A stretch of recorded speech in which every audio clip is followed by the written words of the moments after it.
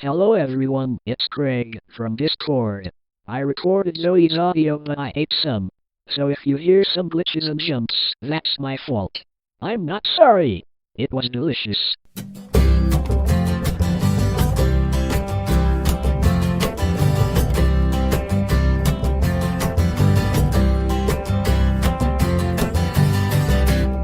Lonnie is drowning in the fountain while the wolves prepare off in the surrounding mountains. And this hum in the air and this death in the room, it will pick us apart if we don't leave here soon. These liars, killers, and evil men have collected the land and are in power again. You can hide under a rock or you can turn yourself in, but they are ruthless, hungry, and in power again.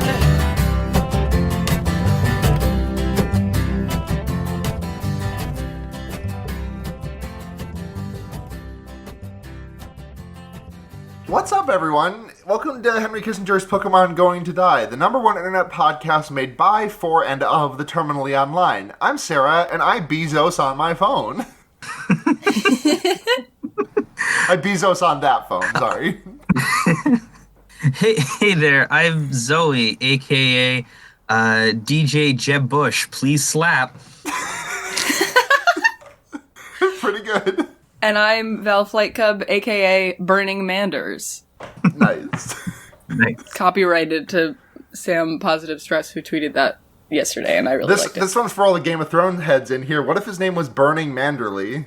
Oh, I don't read that book or watch that TV show. Someone out there is laughing at that, I hope. Maybe not It wasn't like much of a joke. It was just kind of like a statement more than anything.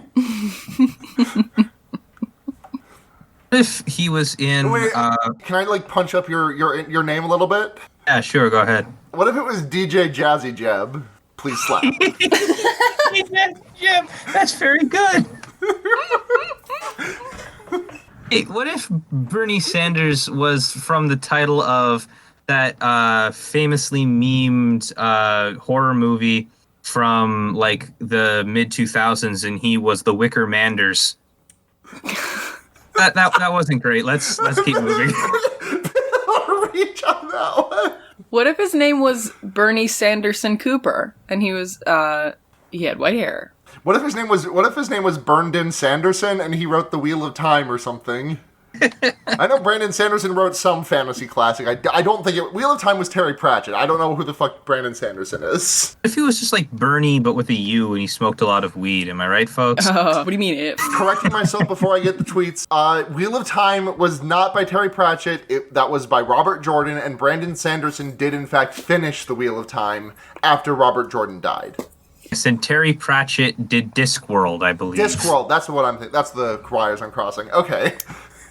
Anyways, Bernie Sanderson. What's up, y'all? You getting ready I'm ready to podcast. What's y'all's week been like? What y'all been up to? Been grinding. That's my way of saying I just went to work. Yeah, I've been going to university and also had Zoey become GF, which was pretty nice to have happen. Hell yeah. We do love to see it. Does that mean that you were the GF or you got a GF or both? Both. Nice. Yeah, Zoe, because this is your first time back since we've come back from hiatus, right? Yeah, I think my last one was last year with Roy of the Show, Yeah, I believe. About right. How's the time away been treating you? It's been very busy, which is the only reason I haven't been on this show since then. I went to a Smash tournament last night. I played 4 matches and I lost all of them. It's a weird way to say orgy. But was it fun, the Smash tournament? Yeah, it was great. I played 4 matches and I got cream pied in all of them.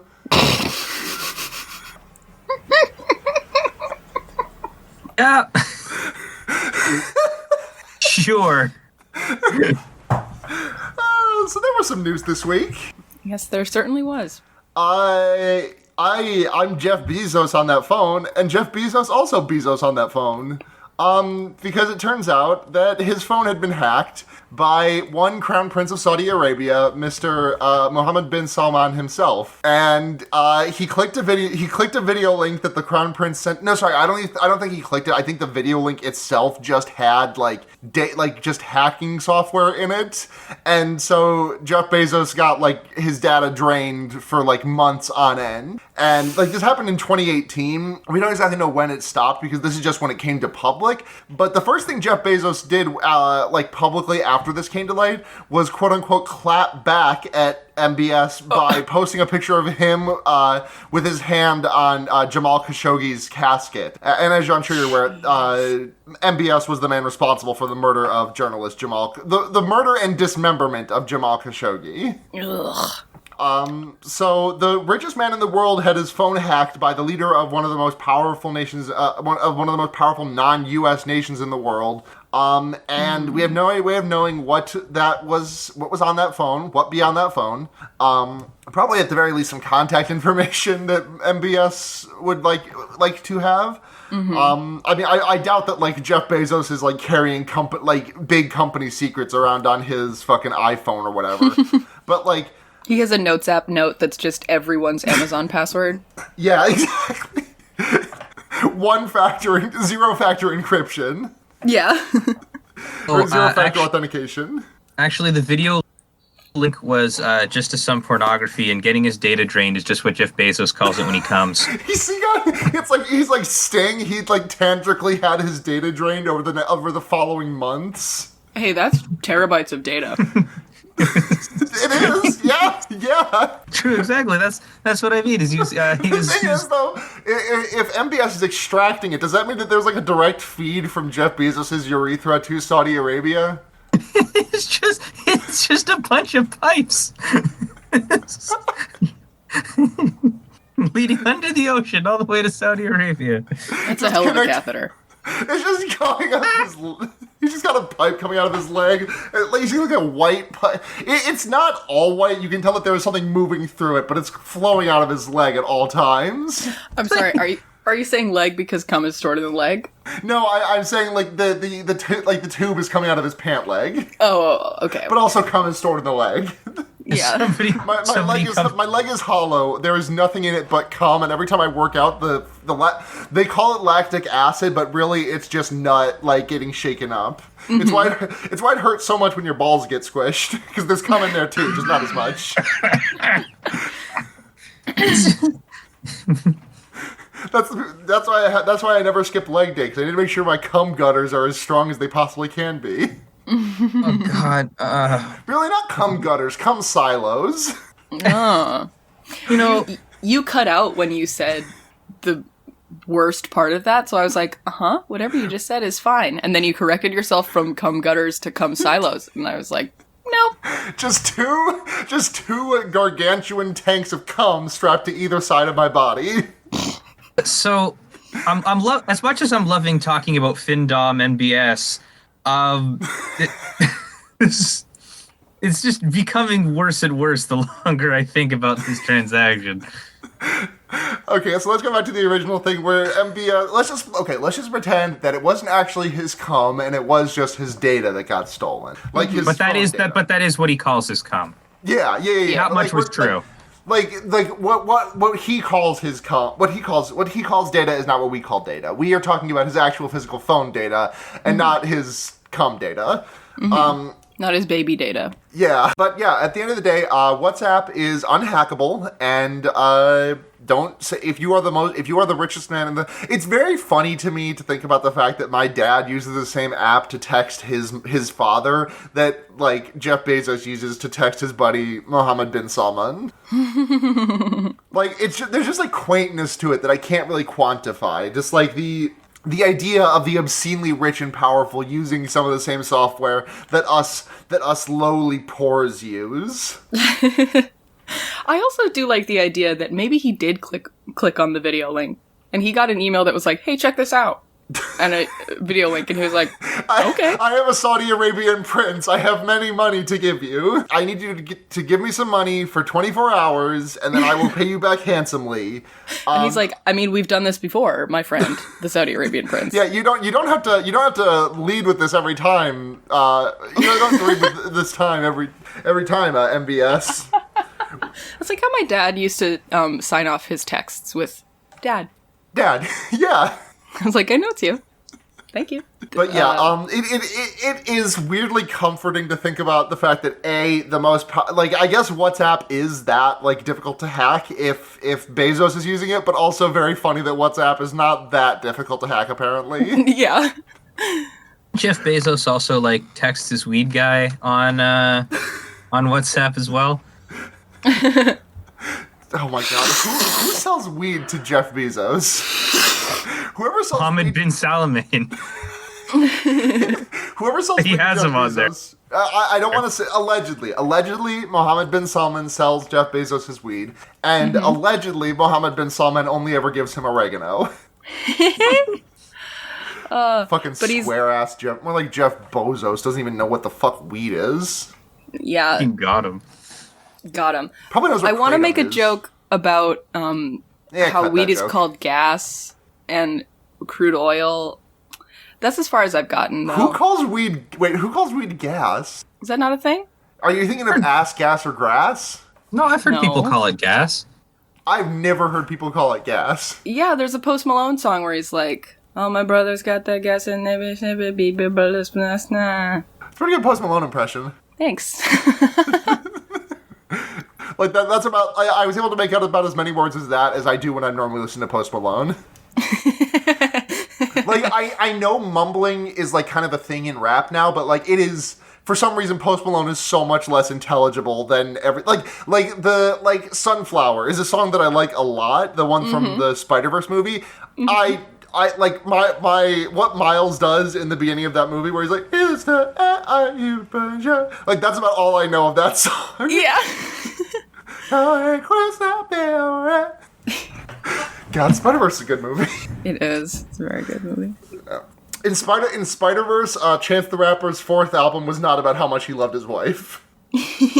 Like that's canonical. There is a poster on Miles Morales' wall where Chance the Rapper is wearing a hat with the number 4 on it, as opposed to on the cover of Coloring Book where he had a 3, and that would have been his fourth album, and it would not have been The Big Day, and he would not have sang about how much he loved his wife and wants to go throw a beach ball. Oh, I love my wife. Oh. I love my wife. Oh. What is it? I'm sorry. Who's the person that's in the chat? Dave. Okay. Dave just posted, I love the Post Malone song, Snuh. Snuh. Snuh. Is that an actual song name? No, but that's what I just sang. Oh, hell yeah. But yeah, check your phones. Don't download shit from Mohammed bin Salman. But yeah, I went to a CNN article looking for some just like the details about this, and at the bottom of the article was like, how can I avoid having this happen to me? And their response was just, make sure WhatsApp is updated. Oh my god. Richest man in the universe hasn't updated his phone. I think it was, I don't know if that's what it was or if that's them saying that there has been an update that prevents this specific kind of thing from happening. Mm-hmm. Because there has been that. I don't know if they're trying to say, like, update it to this, or implying that Mr. Bezos did not update his phone. Right.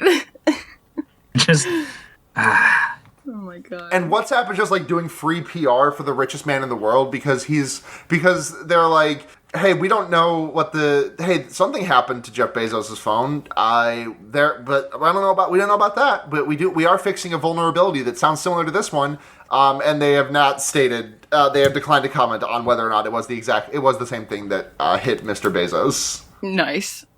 Which is like, I get and I wanted to commit to that, but also that makes it seem like, when I look at that and I'm like, well, okay, but how about the way that, like, Bezos' phone got hacked? Is that still in there? Because if you don't say that for sure, I'm still like, what about Bezos's? This sounds similar, but, like, if they don't confirm it, it is leaving open the possibility that there is another thing that, like, hacked Mr. Bezos' phone. Yeah. What if I get hacked by the Crown I don't Prince like of the fact Saudi that I Arabia? have to. I don't like the fact that I have to use say the sis's when I say him and like as a possessive. So I am just moving forward. I am calling him. His name is Jeff Bezos. So every time I call him, his name. So it will be Bezos' phone, Bezos' friend Mohammed bin Salman, Bezos' weed man Mohammed. You bin could also Salman. just call him Mr. Bozo. Mr. Bozo. I'm just gonna call him. They're calling me Mr. Amazon. Ugh. But yeah, that's Mr. B on his damn phone. Hey, can I interest you some folks in The Price is Wrong, the fun new bit here on here on Henry Kissinger's Pokemon Going to Die. Do you know how much it fucked me up when I learned that that's just the a fucking defeated version of the theme song? Is? Like, so the theme song is bum bum ba ba as opposed to bum bum ba ba. It's the same like note sequence, just like down an octave and with a slide down to that last note instead of the ba ba. No idea. But I hope I'm making folks, sense. I know you are. I understand. Cool. But folks, I've discovered an entirely new genre of Amazon product, and I'm going to link you the first one here because this is. Oh, okay. Do you think this one wound up on the site after Mr. Bezos got hacked? Is this like? Do you think it's the result of his phone getting hacked and his weed man Mohammed fucking up the website? It would be very funny if it was, but I don't think so. Oh, you think this is just Bezos stamped it? You think Bezos rubber stamped this one himself? Yes, I think Bezos saw this and thought, yes, I want this to be here, and then put this on Amazon. Here? He wanted to be. I'm going to send the link into the chat right now. This is a link to Pride and Prejudice and Thanksgiving Love, an erotic variation by G. Scott Gray. And it is this is like every word in this sentence is like a fucking shotgun blast to the chest. Like Pride and Prejudice, okay, and Thanksgiving Love, an erotic variation. Yeah, because I've discovered that apparently variations are a thing that they sell pretty frequently on Amazon, like different like variations on famous novels and things. And specifically, the Pride and Prejudice seems to be a popular one. Yeah, I mean, this traces back to like Pride and Prejudice and zombies and shit. But there's like a million of these, and they're all very good. And so I've saved a couple in here that I wanted to share on here. The first one being this one, Pride and Prejudice and Thanksgiving Love, an erotic variation by G. Scott Gray, which I want to point out is number 3,626 in the category humorous erotica. I would like to say also, the link that you sent us includes the search that you did to find this. This book. Val, would you like to read it, or can I? Please. Zoey has searched under all on Amazon.ca. Funny, haha, ass balls, dumb. The forbidden words have been spoken, and Val is now being taken to the execution facility where they will be hung. I'm dead now. Rest in peace. So Val, go on. Now that you're a ghost. I'm already hung, so fuck yeah. So that's the first one of these various erotic variations, or just not all of them are erotic variations. Some of them are regular variations. I'm not going to share this one, but one's called Suddenly Betrothed, which is a terrifying thought. Don't you hate it when you're just like minding your own business and then suddenly you blink and then like you just kind of you know when you're driving home from work and like it's a half-hour drive and you put on a podcast and then the next thing you know you're pulling into the driveway and your wife's in the passenger seat and you've got cans on the back of your car. What the hell? How did this happen? Oops, I have a wife. That's Chance the Rapper wrote that one. Yeah. The first one was one I wanted to share mostly to set up the second series of 4 real books you can purchase. Oh, and dear. that is the Mr. Darcy's Dragon, a Pride and Prejudice variation, Jane Austen's Dragons, Book 1. Okay. Which is a series of 4 books that you can purchase for $19.63 Christian cents on Amazon.com. which is about what if Mr. Darcy had a dragon in the book Pride and Prejudice. There's 4 of them, and they're on Amazon, and you can buy them all. And there is an audiobook. There are audiobook versions of some of them that you can also purchase. A Song of Pride and Prejudice. Yeah, exactly. But like, Pride and Dracarys, that's also very good. Thank you, Dave. okay, so here's the product description for the first one in the series. It is a truth universally acknowledged that a single man in possession of a good fortune must be in want of a dragon. The dragon's name is Pemberley, also. His name is Pemberley, and Fitzwilliam Darcy of Pemberley has the good fortune to be in possession of the first English fire drake egg laid in a century, or at least he was until some miscreant stole it. That punk ass little bitch stole my Khaleesi. Mr. Darcy tracks the thief to Hertfordshire. Upon catching the thief, however, proves to be an entirely different kettle of brimstone, especially when he encounters fellow dragon keeper, Miss Elizabeth Bennet of Longbourn. I'd like to correct myself from earlier. The line is, that fucking punk-ass shitburger stole my dragon. Shitburger stole my... Also, this is number 274 in classic literature.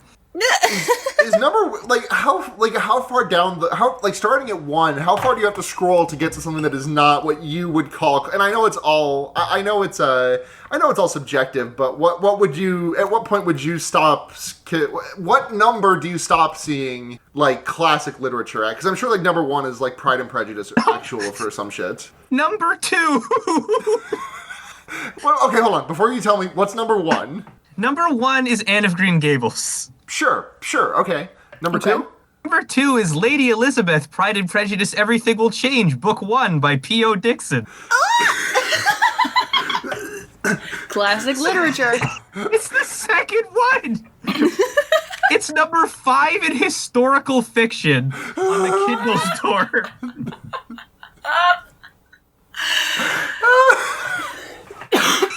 Kidnapping, deception, arranged marriage, an intriguing twist on Jane Austen's timeless classic, Pride and Prejudice. Oh my god. Pride and Prejudice and zombies irreparably damaged the literature community for the worse. How far away from the original can you get and still call it a variation? Because like there isn't a thing like Mr. Darcy doesn't meet the Little Women. Fuck. I don't know this book at all. But I'm pretty sure like Mr. Darcy doesn't get a thing stolen from him and have to track the thief to blah blah blah in the original, right? I don't think he does. I've not read the book either myself, but I don't think that's what happens in it. And I'm especially sure that it's not a dragon.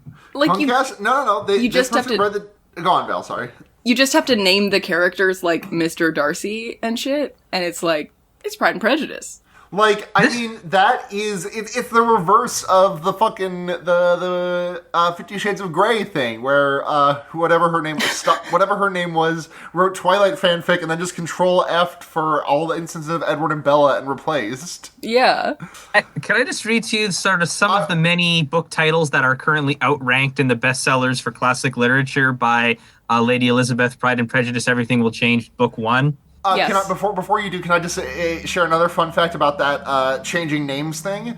That is how like 80% of the smut on Amazon is like created. Just like fan fiction, Control F replace. Like AU fanfic, Control F replace. ABO fanfic, Control F replace all instances of Sam, Dean, and Castiel with George, and also George. The 3 Georges is what they've called it. It's all spelled differently, though. Well, it's George, and Jorge. George, and Jorge. It's like Tony. Yeah. I was gonna say that. Except for what they do is teach you how to grill. I was gonna say that one of the Georges is spelled like Jeff with like the GEO, but then I realized that that's how you spell George. So it's George, and that's George, and then there's Jorge, which is pronounced George, and then there's Jorge, Jorge. Yes. Okay, so Lady Elizabeth, Pride and Prejudice, Everything Will Change, Book 1 outranks The Fellowship of the Ring, Dune by Frank Herbert, The Two Towers, 1984 by George Orwell, Sure. Journey to the Center of the Earth by Jules Verne. Oh, The Return of the King. So all 3 copies of J.R. Tolkien's famous books. The Hobbit, Marcus Aurelius' Meditations, Animal Farm, Crime and Punishment, To Kill a Mockingbird. That one's fucking. You know what? You know what this is telling me? This is above. This would mean that this is above Catcher in the Rye on Amazon. Would Catcher in the Rye be categorized in this category? I'm not sure, but it is higher than Lord of the Flies. That one's fucking wild. I cannot believe that this one is selling more than every fucking middle schooler who has to read that book in 9th grade. Yeah. The first page gets down to, oh, you know why? This might undercut the funniness of this somewhat, but this is on the Kindle page for audiobooks. Oh, okay. By the way, they must have a really sexy voice reading the, what is it? Lady Elizabeth, Pride and Prejudice, Everything Will Change, Book 1. Yeah, they must have a really great. So just if I sort by Kindle sci-fi and fantasy, the hold on, let me sort by what are you sorting by, Zoey? What is this number 2 in classic literature books? Okay. Just because the fourth thing that comes up when I click on sci-fi and fantasy for Kindle, so it's Harry Potter and the Philosopher's Stone. The Azure Kingdom, which is book 1 of the Iridescent Realm, which is just, I'm assuming, a young adult series that I just don't know. The first book in the Witcher book series, Last Wish. And then the fourth one is the Mountain Lions Valentine, BBW Shifter Mail Order Bride Romance, Holiday Mail Order Mates Book 1. Because shifters are the most popular version. Like it's furries, but with the cowardice of without the actual bravery to have the character have cat ears and a tail. It's just a dude who turns into like a lion sometimes, but then turns back into a man to have sex, and there's no like half man, half lion hybrid. Mm-hmm. But anyways, yeah, BBW Shifter Mail Order Bride Romance. Great. Cool stuff, Amazon. Is that a shifter ordering a mail order bride, or a mail order bride who is a shifter? I think it's a mail order bride who is a shifter, because per the description, Kira Temple has had enough first dates. The curvy girl is ready to settle down. She's signing up with lovely and kind brides for some help. The mail order bride agency helps shifter men find love, and Kira hopes they can find her one of her own. Mountain Lion shifter Cade Lincoln is worried. He's just gotten a match with LK Brides. The woman is gorgeous and seems perfect for him. Except the last woman Cade brought home took one look around his hometown before running away. What if his new match does the same? Oh no. Interesting. Also, I'd like to read one of the things David has put in the podcast chat here, where he says, back in the Lemon Demon forum days, someone wrote a Neil Ciceriga / Andrew Keppel fanfiction by doing a Control-F to replace Naruto with Neil and Sasuke with Keppel. But Sasuke was misspelled during when they climax, so Neil says, Sasuke!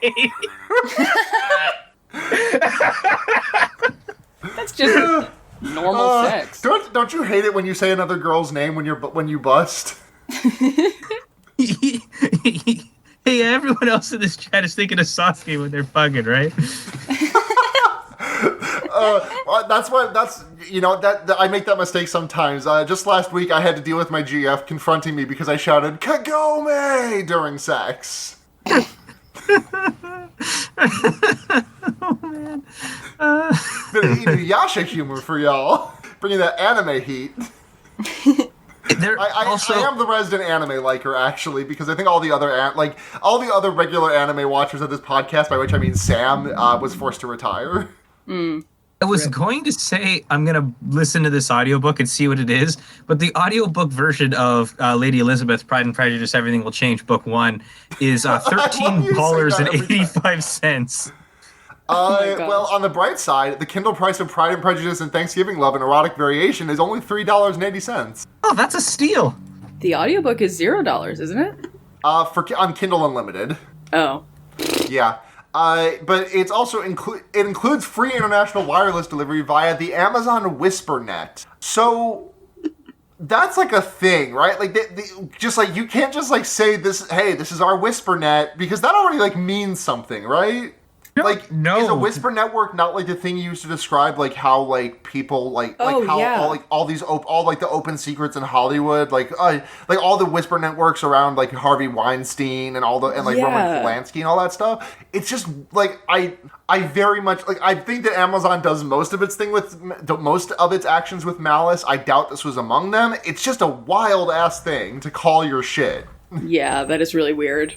Also, just makes it sound like an underground railroad. Yeah. Okay, I'm hearing historical fiction, and this is the last thing I'm going to say about this. Before we get back to the actual podcast, the number one book in historical fiction is a book called Blood Elves Unabridged by Andrzej Sapkowski. You remember I can't pronounce it. It's like, looks Polish. Like Andrzej Sapkowski, I believe. And do y'all remember all those elves in history that we all had? And also, there's so many different versions of this book. You could get an audio CD for $46. Is it Oh my God. Is it World of Warcraft? It's not Warcraft. It's original fiction. Oh no, it's apparent. Oh. This is the Witcher. This is The Witcher. Of course it is. Like, I mean, it's the original. It's the second book in the Witcher series. I was like, that name sounded super familiar, and I couldn't place it. And yeah, that's the guy who made The Witcher. Why is it number one in historical fiction?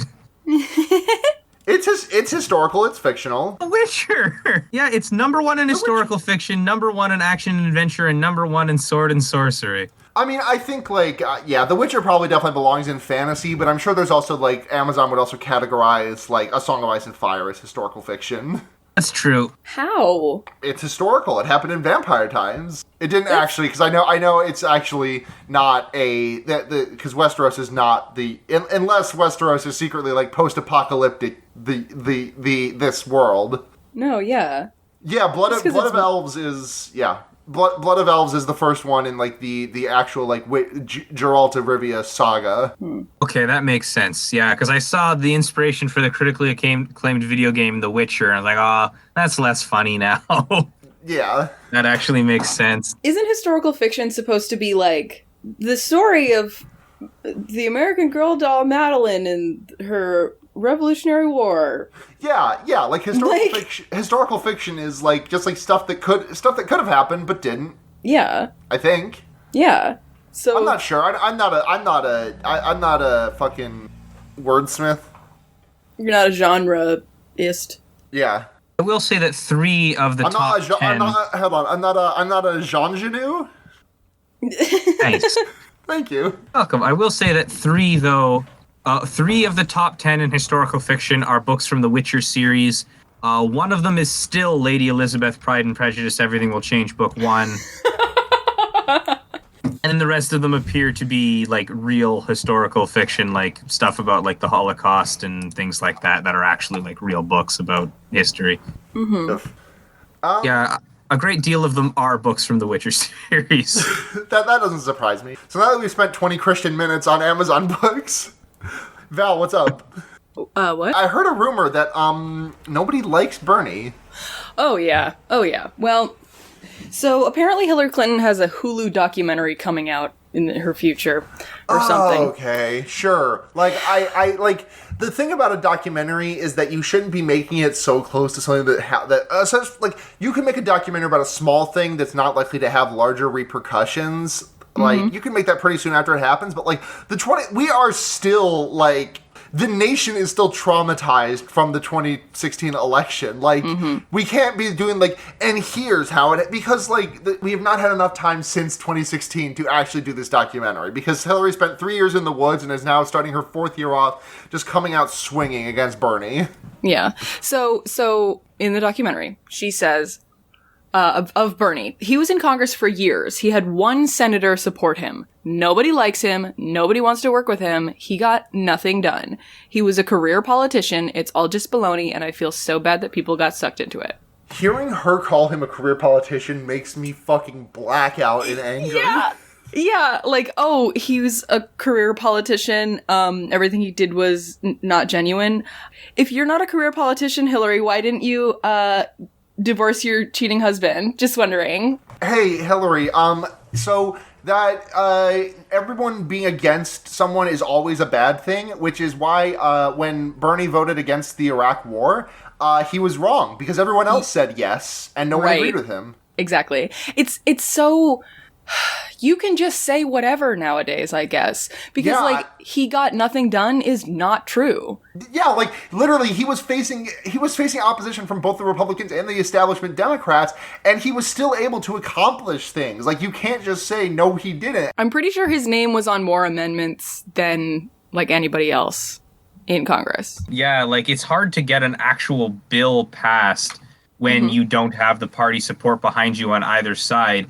So the fact that he's managed to get as much done as he has through entirely amendments is a genuinely impressive feat for someone who was for a long time the only independent senator in the entire House. Yeah. Is he not still is there another independent senator? I don't think so. I just know on and off there was others, so I just didn't want to, That makes sense. Probably some libertarian. I think it was I almost said Roscoe Parrish. That's a NFL wide receiver. Were you thinking Ross Perot? Yes, Ross Perot. That's what I was thinking of. I think Ross Perot was independent for a while. I don't know anything about Ross Perot except for that, like, one Simpsons gag where he punches a hole in his hat, because Krang and Kodos are like, what are you going to do, vote for a third party?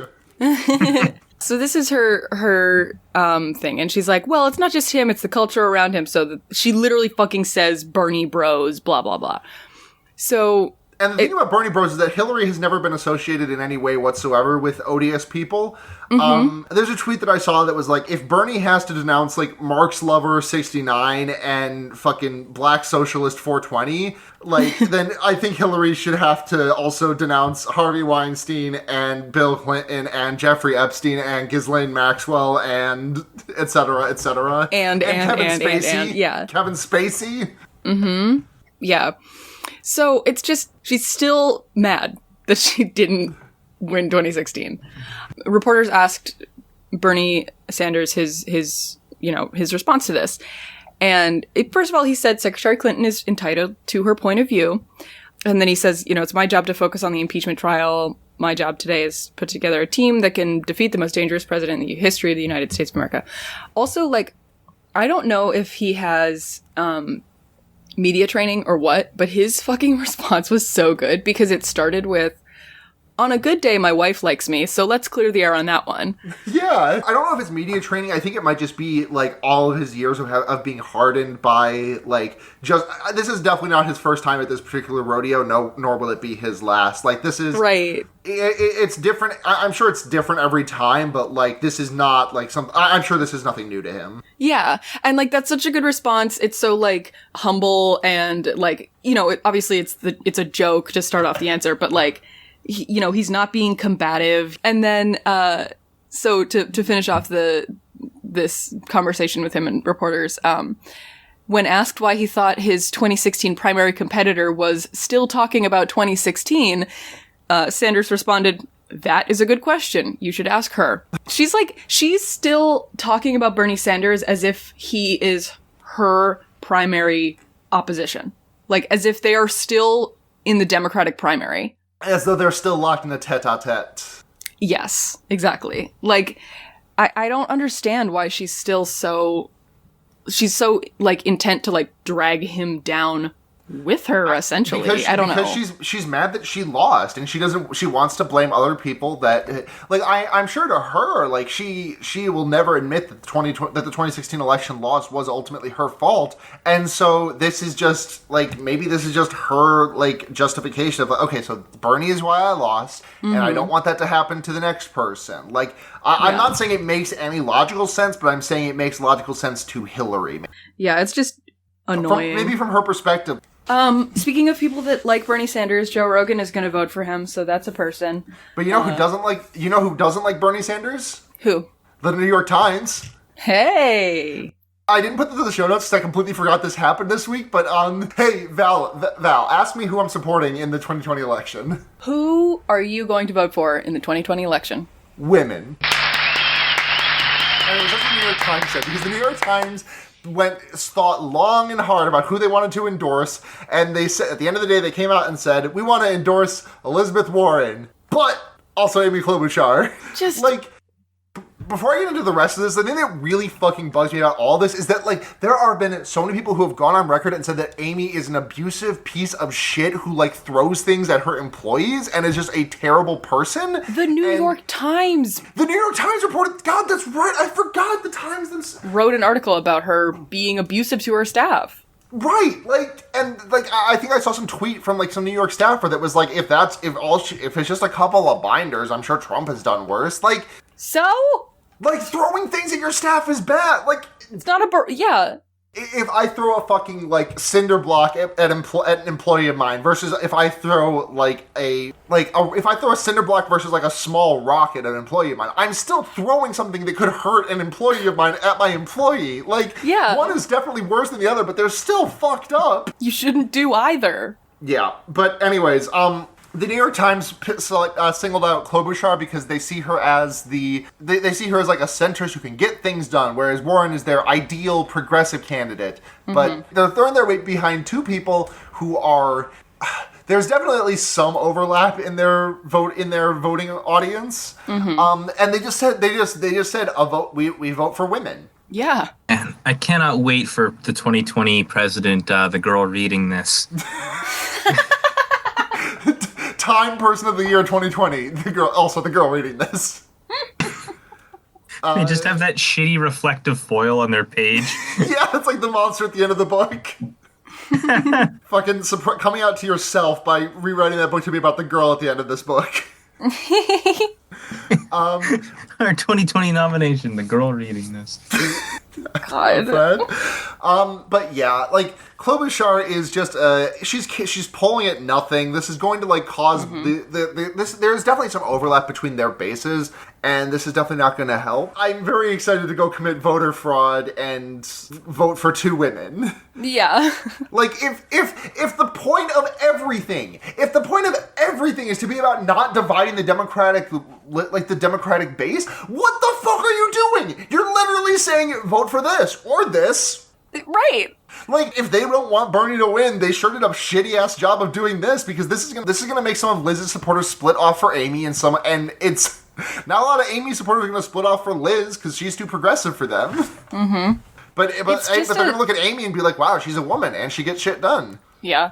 It's like, hey, who do you endorse? Like, I don't know. Who do you endorse? That's my favorite character. It's my favorite candidate too. It's when your friend starts talking to you about, like, Metal Gear and you don't know anything about Metal Gear, so you're like, oh yeah, and you just, like, go off what they've said. So they mention Revolver Ocelot, and you're like, oh yeah, I love Revolver Ocelot when he uses the revolvers. I thought that was really cool. When I was in, like, elementary school, there was this girl that every time you asked her opinion on something, she would say, it's okay, and then ask you what your opinion was on it, so that if you were like, I don't like it, she was like, yeah, it's just okay. Or if you were like, yeah, I like it, she'd be like, yeah, I think it's good. I said it was okay. This is that, but, like, women. Anyways, support women. Actually, literally do support women, but, like, this is nothing. What is the point of an endorsement if you're going to split it? I'm sure you talked about it last week, Val, but I haven't had a chance. You talked about the fucking co-opting of the Me Too movement for this, right? No. With regards to the Warren stuff specifically? I don't think we talked about that at all. So this is just a small quote-unquote shout-out, I guess, but throwing back to the Bernie Liz handshake from last week or whatever, I don't think it was actually Neera Tanden, but, like, when I say Neera Tanden, like, the kind of people you think of in that friend group, like, there were definitely people of that end saying, like, oh, so we're supposed to quote-unquote believe women, but not in this case. #MeToo. Right. Like, no, not in this case. When you're going against, like, the most consistent politician in America versus someone who said she was Native American for decades. Did you know that women can't lie anymore after Me Too? Right, that's what it means. Like, I'm not out here trying to say that, like, I'm sorry to dredge up the Bernie Liz handshake thing, because it's a fucking stupid thing that should have died on the vine, like, as soon as it happened. It just makes me so fucking mad. Yeah. Me Too is now being used as a weapon. And, like, that sounds like a thing that, like, some fucking dumbass right-wing asshole would say about cancel culture. No, yeah, but when it's applied in the wrong context, believe women doesn't mean when you're, like, trying to decide which politician is more honest, you have to pick the woman or you're sexist. Me Too is not a cudgel with which to, like, fucking beat every man with. Right. You should beat most men. But not with Me Too. Me Too should not be your weapon of choice. Right. Institutionalized misogyny, maybe. That's a better cudgel. I just want to clarify that it sounds that I may have implied that about Bernie, but I mean, no. No. The other thing that really annoys me about the Warren versus Sanders thing is that people are like, what, you don't care about having a woman president? We need our first woman president. And like, yes, we need women presidents, obviously. But nobody's talking about how fucking significant it would be to have a Jewish president. Yeah, that would also be like a first. America lost their minds 50 years ago when we had our first non-Protestant president. A Jewish person's never been the Democratic nominee, right? No. Like, I mean, Bernie would be doing a first there. There's already been a woman nominee. I don't think so. I don't want to just turn this into fucking identity politics. I'm definitely starting to go down that road. So let's just steer us back into the Klobuchar stuff. Yeah, it's just annoying when people use identity politics to say that Bernie isn't a diverse enough candidate or whatever stupid thing. Like, yeah, like as though he has never faced any. He's the same as Donald Trump because he's old, and white, and a man. So remember, when the polls come, or even if Warren and Klobuchar have both dropped out, make sure to write them in for your presidential vote. Mm-hmm. Both of them. Both of them. They're gonna be the two little girls holding hand emoji for president. Fucking Liz Warren and Amy Klobuchar standing next to each other. Come play with us, Danny. They just get then the elevator opens and they are encompassed by a sea of blue. Now that's a blue wave. Thank you. I'm going to read you a quote from Mr. Pete Buttigieg. Because he had his own please clap moment this weekend, and I'm positing that it is infinitely sadder than the please clap moment. So here's the quote. They took the word hopeful and turned it into a noun, and now we're hopefuls. And it's because running for office is an act of hope. And so is coming to watch somebody talk at you who's running for office. So is contributing, so is caucusing, so is voting itself. It is an expression of hope that we can actually make our own lives better by having better hands guided by better values on those pulleys and levers of American government. So could I look to you to spread that sense of hope to those that you know? Come on. And the reason it is sadder than the Jeb one, and I watched the Jeb clip, is because Jeb is definitely saying an epic end to a speech. It is not an interrogative question that would beget a response. No, he just says this is the equivalent of a DJ saying, "Make some fucking noise," and just 3 people in the audience going.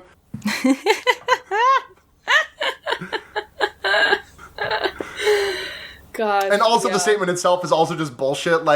We want better. The American government system is perfect. We just need better hands and better values on it. Mm-hmm. If bad hands can make the country this bad, the system is not perfect. There needs to be changes to the pulleys and levers. We are not just the pulleys and levers are racist. Bro, the pulleys and levers have been racist this whole time. Why does one of those pulleys go to that? Bro, that lever hates black people.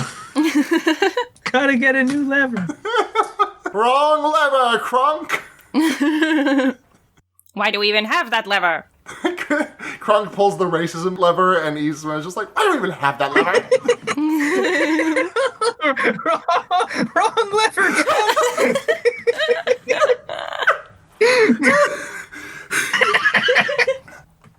Right, oh the poison for Yovanovitch's mouth. Yovanovitch's poison. God.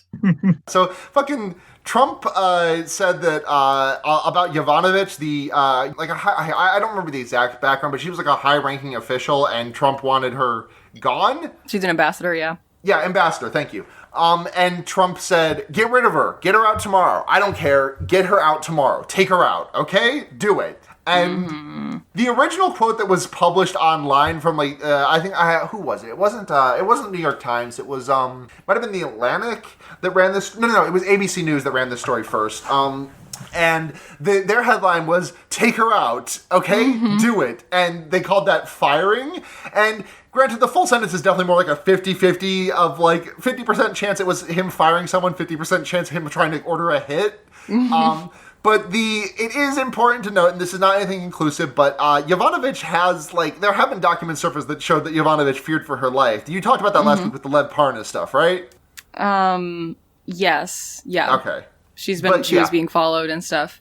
Yeah. Yeah, it's like, wow, breaking news. The fucking bully mobster-esque figure in the presidential office is a bully and operates with mob tactics. Yeah. Like, wow, who knew? Unsurprising. It turns out that when you become when you Cersei become president, you instantly shed all previous problems that you had. And yes. You truly Detroit become presidential. Yes. Yep. In this moment, I am presidential. Today was the day Trump became president. Today was the day Trump became Humongulabungus. Today was the day Detroit became human. Oh, we got there. Okay, got the episode title. Took us a while. I'm glad that we're still referencing Detroit becoming human at this point. It's a good video game. Yeah, that's the one thing I remember about it, is that it was really good. Yeah. I guess the last thing that we want to do before we go into Lightbringers is, y'all thirsty? You know what? I'm gonna request that we cut that, actually, because I'm sure that at least one listener is going to fucking hate us for putting that in the podcast. Fine. My whole body cringed into a C shape the moment I heard that noise. Okay. I know people who listen to podcasts have that problem a lot. All right, let's try it again. I'll do a different sound. Okay. Y'all thirsty? Yummy. Yummy. Here, let me get up real close to my throat. I'm gonna be drinking milk. Was that worse? No, it's fine. Okay. Fucking rip one. Yeah. Jeez. That's the sound of me at peach time, drinking a big warm glass of milk. Washing down the presidential lies. By the way, I opened CNN earlier today, or earlier this episode, just to like double check a headline or something. Oh, never mind. I thought I saw a funny headline, but I misread it. Never mind. I thought it said that the attorneys only used 2 hours of the 24 they were allotted, but the headline was actually just saying that they had used 2 hours of the 24 they've allotted thus far. Oh. I thought it was they got up there, did 2 hours, and they like dropped the mic and were like, "We're done." They did a tight 20. Yeah. On impeachment. But make sure you're not drinking anything that isn't water, unless it's milk. Yes. Yummy. Because they're not allowed to have food. Not allowed to have food. Yep. So they provide water. Yes. And then, what was it? Like, They can send a Senate page to go fetch a glass... I'm going to pull the Ashley Feinberg article that's on Slate, which I'm going to recommend you read because it's a really fucking good article. Yeah, the history of it, right, was like somebody was like, "Do you mind if I send my boy to get some milk for me?" Yep. Oh my god. Fucking... Okay, here we go. Yep. As stated in Riddick's Senate procedure, a guide that collates current Senate practices, one will find the following section. Milk while speaking. Senate rules do not prohibit a senator from sipping milk during his speech. Senators can have little a milk. As a sip. As a peptic ulcer combatant. Because was it during Clinton or Nixon? Well, not until 66. So from the Ashley Feinberg article, Senator Bill Cassidy told CNN that the milk option dates back to the 50s when there was no medicine for peptic ulcer disease, so people would drink milk and so the senators were allowed to drink milk because they had ulcers. Although the formalizing of senatorial milk wasn't until 1966, when a senator asked whether it would violate the rules to request a glass of milk from a Senate page. It would not. Yes. And it took me a second, when I first read that, it took me a second because I didn't realize they meant like a page, like an errand boy. You mind if I take a page out of the Senate's book and drink some milk? All of the books in the Senate are all sopping wet. Just wring one out into your mouth and hope it's not rancid. Oh, just every book's printed on cheesecloth. But but it's cloth made out of cheese. This book is bound entirely out of milk and cheese. Oh The my God. Necroyamicon. Wow, a book made of butter. The first Daughters would love this. The first words out of my daughter's mouth were Vatu Netrion butter. Lactonomicon, is that anything? It's probably something. Okay. Could be. Anyways, make sure next time you take a big drink of milk, you're in good company with all the senators who are pounding milk.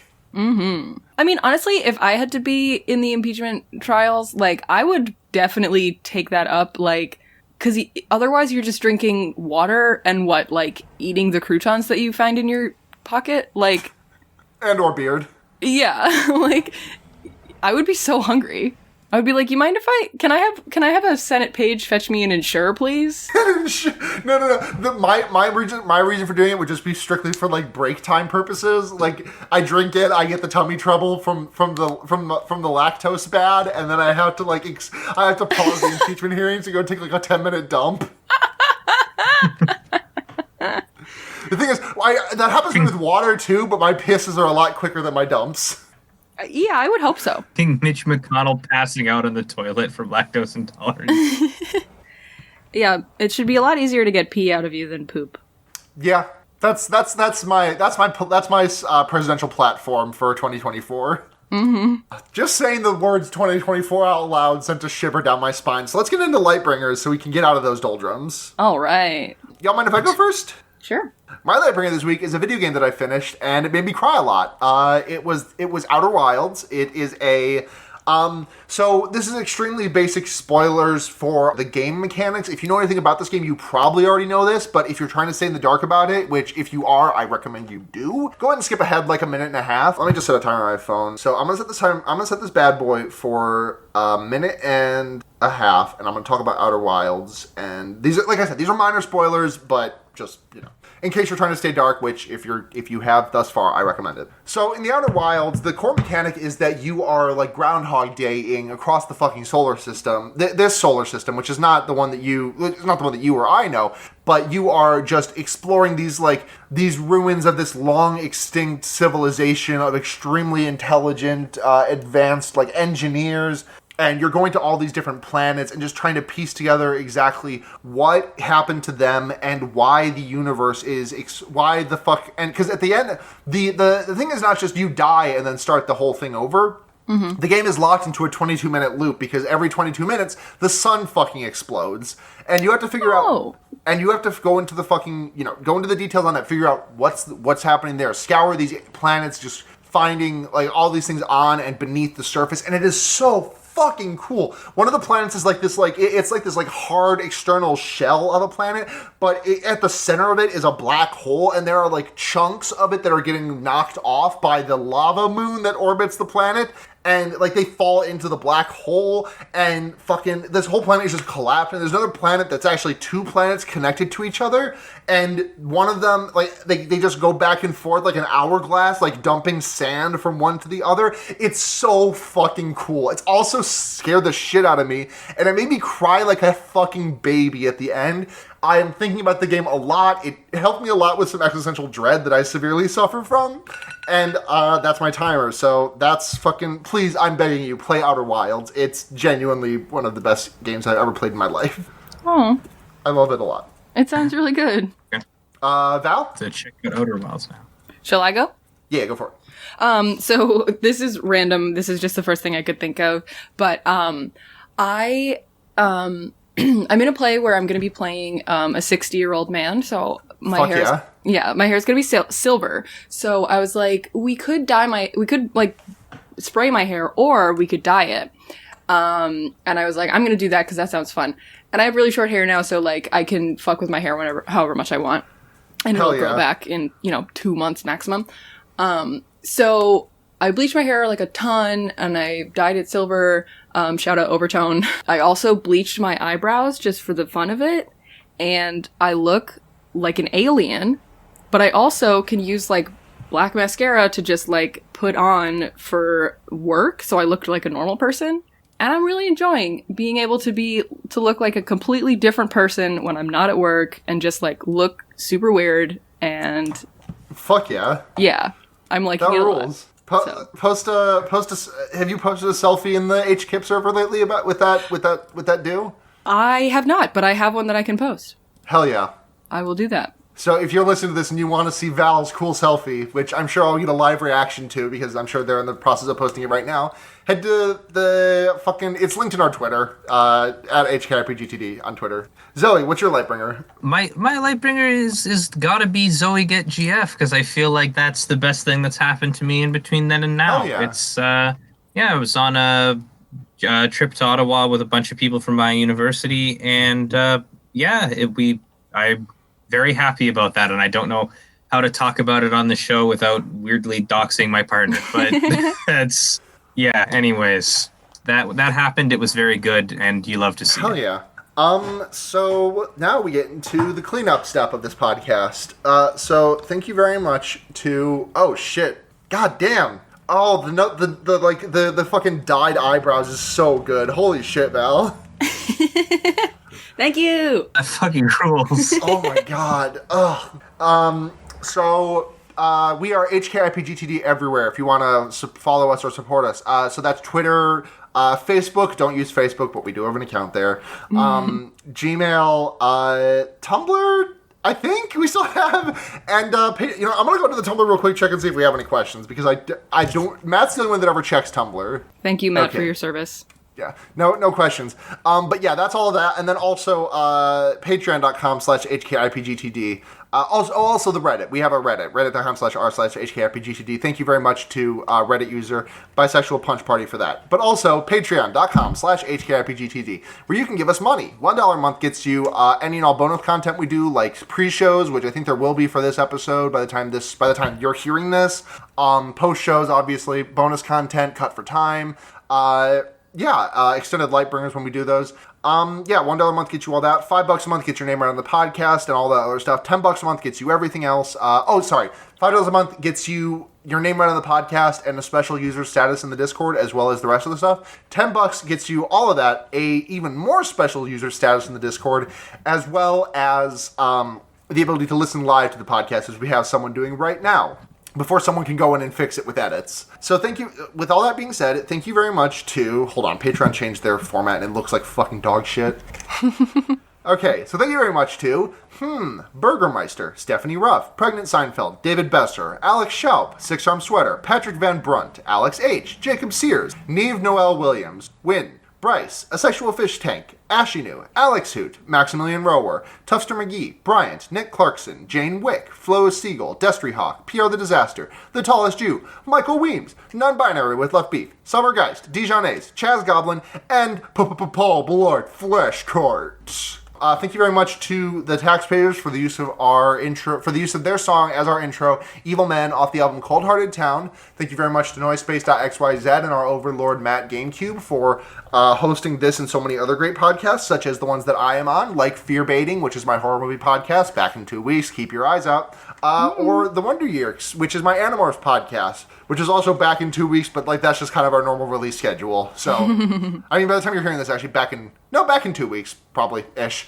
But just about a week. That's just about 2 weeks. Listen to both of those. I'm on Twitter at SunHasGenya. SUNHATZHENYA. I think that's everything. Val, where can people find you? I am Val Flight Cub. You can find me on Twitter at FlightCubB. I added a second B, which stands for Twitter.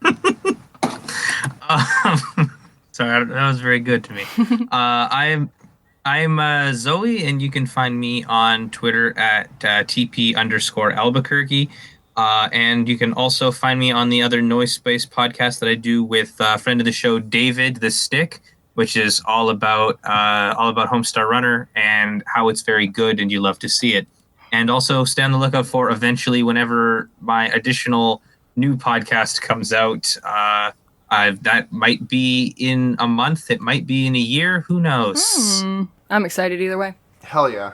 And I think that's everything for this podcast. I'm sure I forgot something. At me on Twitter when I did. But until next time, Memento Pokemori. Memento Pokemori. Pokemori. Please clap. Please clap. So here's my pledge to you. Please clap. I will be a commander-in-chief. I won't trash talk. Please clap. I won't be out there blowhard. Please clap. I think the next president needs to be a lot quieter, but send a signal Please that clap. we're prepared to act in the national security interests of this country, to get back in the business of creating a more peaceful world. Please clap.